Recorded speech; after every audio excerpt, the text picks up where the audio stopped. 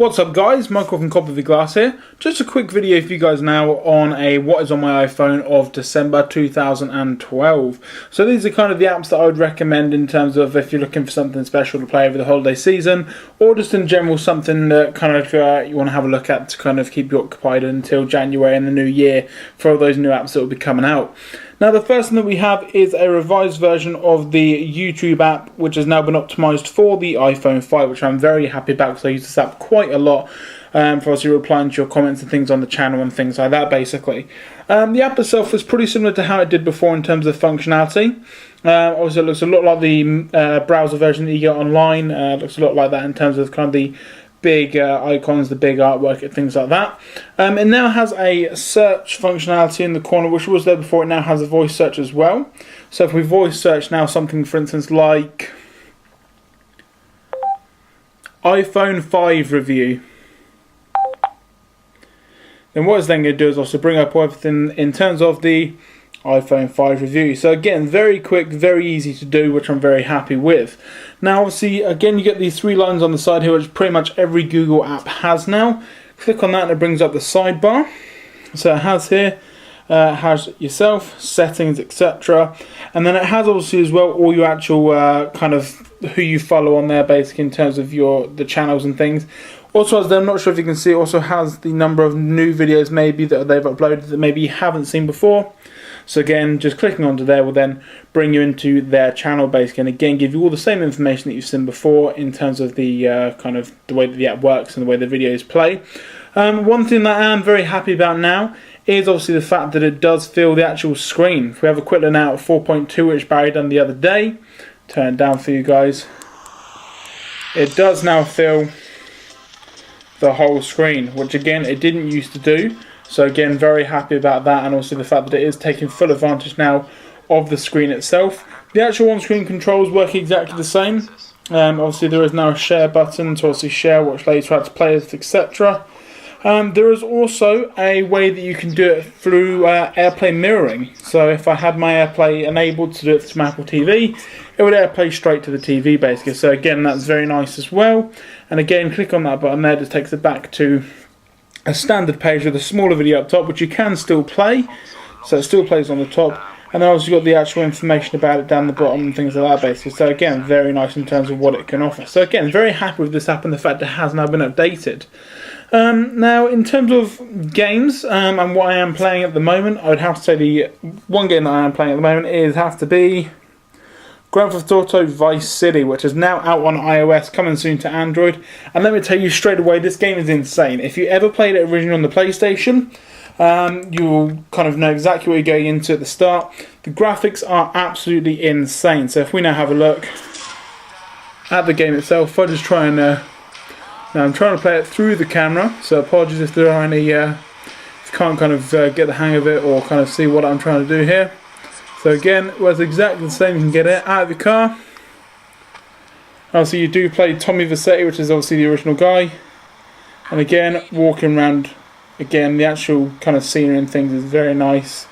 The graphics and things are superb, I have to say. I'm very impressed with the graphics and obviously the mission things that you can do. And it's a port for port basically. Obviously if you look here in the pause menu, you do have the whole island. Obviously it's not accessible straight away, obviously because some of it is closed. Obviously key up the side as well. So again, very nice in terms of what it offers and the app itself. And again, available in the App Store now. And like I say, I'm very happy with this app. Everything works exactly the same in terms of the original camera angles that you used to be able to get. You do have a cinematic one as well, kind of from the door side here, which is very cool. Not maybe the most handy if you are driving around in traffic, as you can see there from crashing, but you get the general idea basically. So again, a really nice app, really impressed with this, and like I said, it's available in the App Store now. Now again, another app that I have been playing has got to be Modern Combat 4. Now if anyone has ever played Call of Duty or Battlefield or any of those sorts of games, you know exactly what this is going to be. It's a follow-up to Modern Combat 3, 2 and also 1, which also came out a while ago now. And it's basically more of the same. Now I know that sounds a bit bad, but trust me, it is not. When I say more of the same, I mean that in a very good way in terms of the actual app. The graphics are vastly improved. The graphics on this game look absolutely insane. Not quite console quality like they were kind of touting in all the kind of trailers and things like that, but still something very nice to have a look at. Let's have a look now. This is the first mission in the game. I'll just skip this real quick so you can get a general idea of how it looks. And again, if you have a look now at the graphics in this, they are insane. You may not even know that you're playing it on the game. If you look at something, for instance, like the smoke particles that you can see over there, and also the light particles, it's very Battlefield in terms of the light particles and things like that. That's one of the major things they have changed in this game, is the actual light particles themselves, and also just general particles in terms of explosions and things. Also things like shooting the ground, you do get very nice effects and things like that now as well. So again, very nice in terms of what it offers. You can see here that the actual graphics are insane. I am at the moment getting killed, so I'm going to be heading over here now. Also, you've got things like your grenades, also your standard shooting and things. Get that back in focus. Also the standard shooting and things. But no, I'm very impressed with this game. Now in terms of the actual playing it on screen and things like that, you may think that it is a bit hard, which yes, it is, but you do get used to it. I mean, I was playing it for maybe about 20 minutes or so, and I got used to it pretty much straight away.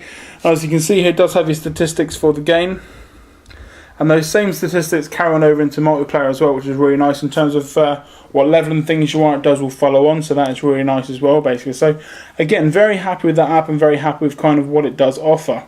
Now, a more kind of informational app that I, again, I'm liking using now, is the Gmail application, which again has been totally changed to now have kind of reflect the iPhone 5 screen. So again, the actual app itself, again, not too much different in terms of the way it works. One thing that is new though, again, 3 lines at the top because it's a Google app. Click on that, and then into the bit where it's got your email address. You do then have multiple profiles. So I can go into the Copy of Glass Gmail account here, or I can switch back to obviously my personal account over on this side basically. So again, very nice in terms of the way that it's done. And again, composing an email, again, everything kind of works exactly the same. But just the fact that it has been upgraded to take advantage of the new iPhone 5 screen is just kind of one of the main kind of gripes that I have with the iPhone 5, is that when it came out, not all the apps were updated and things, and it was taking a while to get some updated. But now, a lot of the apps in terms of major apps that you use on a day-to-day basis have now been updated, which is really nice. Speaking of which, an app that did go away for a while, which has now come back, is the Twitterific app. Now, this is again a very nice app that's now been reintroduced to take advantage of the new screen, basically. So again, really nice in terms of the interface here. If you click on your name at the top here, then you can have, again, separate accounts, settings, search, etc. It's got all the information on there as well. If you want to follow me at Twitter, it is Cab from 1989. And also if you click on this here where it's got the small A and the big A, you are correct. That will be the settings basically. Now the settings change in real time, which is really nice. So you can change the brightness of the app itself. Again, really nice. Or you can choose to have a dark version, which then kind of makes everything all kind of black background and things like that basically. Or in terms of the actual text itself, again, if I make the text a bit bigger so you can see it maybe a bit more. Again, if you actually change the font as well, again, the font changes in real time as well, if you wanted to change kind of the font and the way that that is kind of shown basically. So again, real nice. Another thing that I really do appreciate as well is the fact you can change the size of people's profile pictures as well. So again, if you click on this to make them as big as you can, basically makes everything big. So obviously you can look there, the TechCrunch logo, again, is very big and things. So in terms of the actual app itself, it's really nice in terms of the design and things in the user interface. It makes me kind of want to use Twitter a bit more, because the Twitter client that you've got on here at the moment is the standard one, which is that one there. To be honest, not my favourite. Bit slow and a bit laggy basically. While I'm in this social app, one thing that we will have a very quick look at before we end this video is the Call of Duty Elite app. Now everyone knows, if you know me, I'm a huge Call of Duty fan. I've also got Black Ops and I've been playing it for quite a while now. They've redesigned the Call of Duty Elite app, which is obviously an application that you have where you can see your career kind of progression and things, and your kill to death ratio and things like that. You can also look into recent matches, custom classes and things. Now if I go back into Black Ops, which like I say I have been playing recently, go into where it says recent matches, it then brings up kind of like a graph of the recent matches that I have played. You can change how you want that graph to be displayed in terms of the information that it has to offer basically. So again, really nice there as well. And you can kind of go back on your career to see kind of what your kill to death ratio has been. Again, domination. This is the actual level that I played. This is my kill to death ratio, not the best one, I must admit. But again, if you look on the top here, you can kind of scroll back and forth, and it kind of brings up the different games that you've played. That one's pretty good. 24 kills, 27 kills, 14 deaths.